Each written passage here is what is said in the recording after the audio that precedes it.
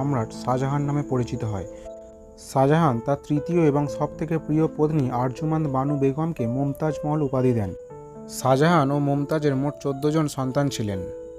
তাদের মধ্যে একজন হলেন ঔরঙ্গজেব। তবে কিছু সন্তান জন্মাবার আগেই মারা যান বা অনেকেই কিশোর অবস্থায় মারা যান।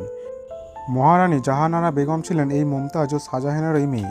শাহজাহান তার অন্যান্য রানীদের থেকে মুমতাজকেই বেশি ভালোবাসতেন ও বিশ্বাস করতেন। বিশ্বাস এতটাই গভীর ছিল যে শাহজাহান তার শাহী সিলমোহর মুমতাজের হেফাজতে রাখতেন। মুমতাজের অপূর্ব সৌন্দর্য বিভিন্ন কবিরা তাদের কবিতার মধ্যে উল্লেখ করে গেছেন।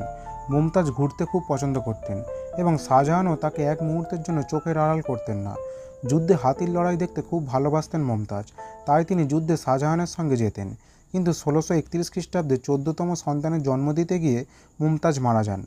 বলা হয় সেই সময় তিনি শাহজাহানের সাথে যুদ্ধে গিয়েছিলেন। মুমতাজের মৃত্যুর পর তার শবদেহ শাহজাহানের কাকা